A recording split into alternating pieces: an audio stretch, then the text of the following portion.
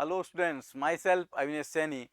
और जो हमारी सीरीज चल रही है James of NCERT and the most important concept of physics, आज हम उसमें आपके साथ डिस्कस करने जा रहे हैं फ्रिक्शन चैप्टर का एक ऐसा टॉपिक जिसमें स्टूडेंट्स को बड़ी समस्या आती है और वो फ्रिक्शन में यहीं पर आकर बार बार अटक जाते हैं, जिसका नाम है टू ब्लॉक सिस्टम।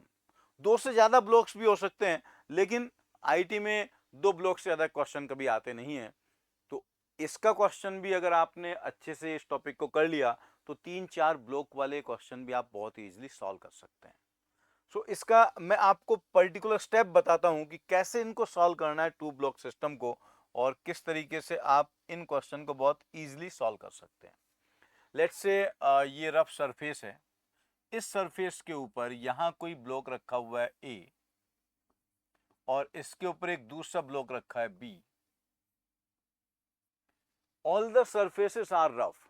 अब सिचुएशन क्वेश्चन में ऐसा आ सकता है कि लोअर सरफेस स्मूथ भी हो सकती है और लोअर सरफेस रफ भी हो सकता है। दोनों के बीच में फ्रिक्शन है, यहां पर ही फ्रिक्शन है। इस सरफेस पर कोफिशिएंट ऑफ स्टैटिक फ्रिक्शन है mu S, coefficient of kinetic friction है म्यू के। और जो अपर सरफेस है, यहां पर कोफिशिएंट ऑफ स्टैटिक फ्रिक्शन है mu S dash, coefficient of kinetic friction है म्यू के डैश। हो सकता है कि एक ब्लॉक पर फोर्स अप्लाई कर दिया जाए, हो सकता है दोनों पर अप्लाई कर दिया जाए, हो सकता है लोअर पर या अपर पर। तो अगर मैं ये मान लेता हूं कि हमने इस ब्लॉक पर एक फोर्स अप्लाई किया F, तो आपसे पूछा जाएगा कि बताओ दोनों ब्लॉक्स का एक्सेशन कितना है और इन सरफेस पर कितना कितना फ्रिक्शन फोर्स एक्ट कर रहा है। So students, you know, friction force does not opposes motion. Friction force कभी मोशन को अपोज नहीं करता है। Friction force always opposes relative motion. तो जैसे ही आप इस ब्लॉक को खींचेंगे, इन दोनों के बीच वाला जो फ्रिक्शन है, ए और बी के बीच वाला फ्रिक्शन, वो तो तब एक्टिव होगा जब ए और बी के बीच में स्लिपिंग होना चाहिए। लेकिन यहां स्लिपिंग तब तक नहीं हो सकती जब तक ए आगे चलना स्टार्ट ना कर दे। तो इट मींस सबसे पहले जो ग्राउंड वाला फ्रिक्शन है, उसको मैं एफ जी लिख देता हूं, वो एक्टिवेट होगा। और वो एक्टिवेट अगर होगा तो जब तक ब्लॉक ए मूव ना करे तब तक इन दोनों के बीच का फ्रिक्शन जीरो बना रहेगा। So now you can see, ground पर फ्रिक्शन जो लग रहा है, इसमें स्टैटिक कोफिशिएंट ऑफ फ्रिक्शन भी गिवन है, काइनेटिक फ्रिक्शन कोफिशिएंट भी गिवन है।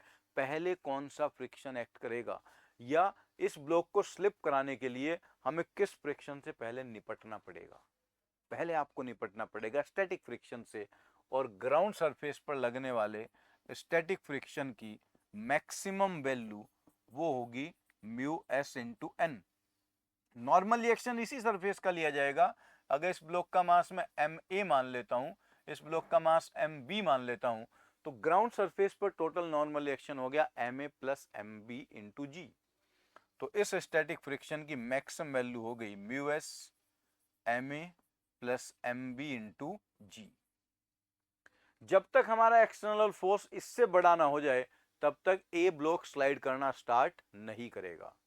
सो till capital F is less than और equal to mu S M A plus M B into G, acceleration of A will be equal to acceleration of B and this will be equal to zero. दोनों रुके रहेंगे। जब नीचे वाला ही नहीं चला तो ऊपर वाला क्यों चलेगा? उस पर तो कोई फोर्स भी नहीं लगा। और इस सरफेस पर फ्रिक्शन की जरूरत भी नहीं पड़ेगी। यहां वाले फ्रिक्शन को मैं एफ डैश मान लेता हूं, तो दोनों सर ब्लॉक के बीच में फ्रिक्शन लगेगा वो जीरो लगेगा। अगर इस मैक्सिमम फ्रिक्शन की वैल्यू में ऐसे ही फॉर एग्जांपल कह दूं 20 न्यूटन है, तो जब तक आपका फोर्स भी 20 न्यूटन ना हो जाए तब तक स्लिपिंग कहीं भी स्टार्ट नहीं होगी। अगर आपने 10 न्यूटन फोर्स लगाया तो ग्राउंड वाला फ्रिक्शन भी 10 न्यूटन ही लगेगा। This is first point. दूसरी बात, अब मैं मान लेता हूं कि हमने जो फोर्स अप्लाई किया कैपिटल एफ, वो इस स्टैटिक फ्रिक्शन की मैक्सिमम वैल्यू से ज्यादा है। तो जो दोनों ब्लॉक ग्राउंड पर रखे हुए हैं, ये ग्राउंड पर ब्लॉक ए रखा हुआ था, यहां पर इसके ऊपर ब्लॉक बी रखा हुआ है, इसका मास एम बी, यहां पर आपने एफ फोर्स लगाया और ये इस स्टैटिक फ्रिक्शन की मैक्सिमम वैल्यू से ज्यादा है। इट मींस ए स्लिप करना स्टार्ट कर देगा। तो ए अगर चलेगा तो अब ये देखना होगा कि ए और बी साथ साथ चलेंगे या दोनों का एक्सलेशन अलग अलग होगा। तो उसके लिए आप ये मान लेंगे let acceleration of A equals to acceleration of B, दोनों का एक्सलेशन मान लो सेम है। So both are moving like a system, जैसे ये दोनों आपस में चिपक गए, ये दो ब्लॉक ना होकर एक ही ब्लॉक बन गए, और यहां ग्राउंड पर जो फ्रिक्शन लग रहा होगा वो लगेगा काइनेटिक, और काइनेटिक फ्रिक्शन जब भी लगता है वो मैक्सिमम ही लगता है, जो होगा mu K into M A plus M B into G. अब ये इस पूरे सिस्टम पर, इन दोनों ब्लॉक को एक सिस्टम मान लिया, इस सिस्टम पर ये एफ फोर्स आगे लग रहा है, काइनेटिक फ्रिक्शन पीछे, तो दोनों का एक्सेलेरेशन मैंने सेम मान लिया, तो उस एक्सेलेरेशन की वैल्यू आएगी capital F minus mu K M A plus M B into G upon M A plus M B. इस एक्सप्रेशन से दोनों चल रहे होंगे, लेकिन ये तो अज्यूम किया था, ये भी चेक करना होगा कि ये सही है या गलत है। तो उसके लिए आप इनमें से किसी एक का फ्री बॉडी डायग्राम बना लो। मैं सपोज अपर ब्लॉक का फ्री बॉडी डायग्राम बना लेता हूं, बी ब्लॉक का। तो बी ब्लॉक पर बाहर से तो कोई फोर्स नहीं लगाया हमने, इस पर अपना वेट नीचे की तरफ है, नॉर्मल रिएक्शन ऊपर है। बी भी आगे चल रहा है, तो बी पर यहां जो फ्रिक्शन है वो आगे की तरफ लग रहा होगा, और बी का एक्सेलरेशन आपको पता है, तो इस फ्रिक्शन की वैल्यू होगी mass of B into acceleration A. तो इस सरफेस पर जो फ्रिक्शन एक्ट कर रहा होगा उसकी वैल्यू होगी mass of B into F minus mu K M A plus M B into G upon M A plus M B. इतना फ्रिक्शन यहां लगेगा।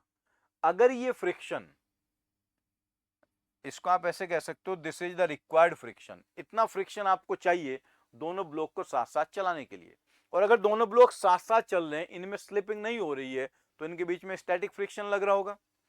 तो ये जो रिक्वायर्ड फ्रिक्शन है, if this required friction is less than और equal to, यहां static friction को मैं एफ एस डैश मान लेता हूं, इस static F S dash friction की मैक्सिमम वैल्यू से अगर कम है, तो दोनों ब्लॉक को साथ साथ चलाने के लिए जितना फ्रिक्शन चाहिए, स्टैटिक फ्रिक्शन हमारे पास उससे ज्यादा है, या कह सकते हैं वो स्टैटिक फ्रिक्शन फोर्स की मैक्सिमम वैल्यू से कम है, तो ये दोनों साथ साथ चलते रहेंगे। और आपने जो एक्सप्रेशन सॉल्व किया ये सही है, जिन दोनों के बीच में फ्रिक्शन लगेगा उसका आंसर यही होगा। तो पहले आप अज्यूम कर लेंगे दोनों साथ साथ मूव कर रहे हैं, net force upon total mass से एक्सेलरेशन कैलकुलेट करेंगे, किसी एक ब्लॉक का फ्री बॉडी डायग्राम बनाएंगे और ये सॉल्व करेंगे कि दोनों को साथ चलाने के लिए कितना स्टैटिक फ्रिक्शन चाहिए, और मैक्सिमम स्टैटिक फ्रिक्शन जो यहां लग सकता है एफ एस डैश मैक्स, वो होगा इन दोनों के बीच में स्टैटिक कोफिशिएंट ऑफ फ्रिक्शन कितना था, म्यू एस डैश, और यहां नॉर्मल रिएक्शन कितना था, एम बी इंटू जी। तो ये जो रिक्वायर्ड फ्रिक्शन आया हमारे पास, अगर ये इस वैल्यू से कम है, so both the blocks will keep on moving together, और ये सही है। ऐसा नहीं हुआ, अगर ऐसा नहीं हुआ, लेट्स से सॉल्व करके आपको ये आ गया, इफ एफ रिक्वायर्ड वो एफ एस डैश की मैक्सिमम वैल्यू से ज्यादा आ गया, तो इट मींस इन दोनों ब्लॉक को साथ साथ चलाने के लिए जितना फ्रिक्शन चाहिए वो स्टैटिक की मैक्सिमम वैल्यू से ज्यादा आ गया है। So acceleration of A will not be equal to acceleration of B, and blocks are slipping, block slipping कर रहे हैं और वो दोनों साथ साथ मूव नहीं कर रहे हैं, और अगर वो स्लिपिंग कर रहे हैं तो उनके बीच में जो फ्रिक्शन लगेगा वो होगा काइनेटिक फ्रिक्शन। तो अब सिचुएशन ये बनेगी कि यहां पर जो दो ब्लॉक्स रखे हुए थे, ब्लॉक ए ब्लॉक बी, इसको थोड़ा सा ऊपर बना दिया मैंने, आपने यहां फोर्स लगाया कैपिटल एफ, इधर काइनेटिक फ्रिक्शन लग रहा है एफ के, यहां भी ए पर काइनेटिक फ्रिक्शन लगेगा एफ के डैश, बी पर वही एफ के डैश आगे लगेगा। तो जब ए का एक्सप्रेशन सॉल्व करोगे तो एक्सलेशन ऑफ ए आएगा capital F minus kinetic friction F K minus F K dash upon M A. F K की वैल्यू होगी mu into N, mu into M A plus M B into G, F K dash होगा mu dash into M B into G. और फिर upper block का expression आएगा, expression of block B that is F K dash by mass of B. अब यहां वाला जो friction होगा वो होगा mu K dash into M B into G by M B.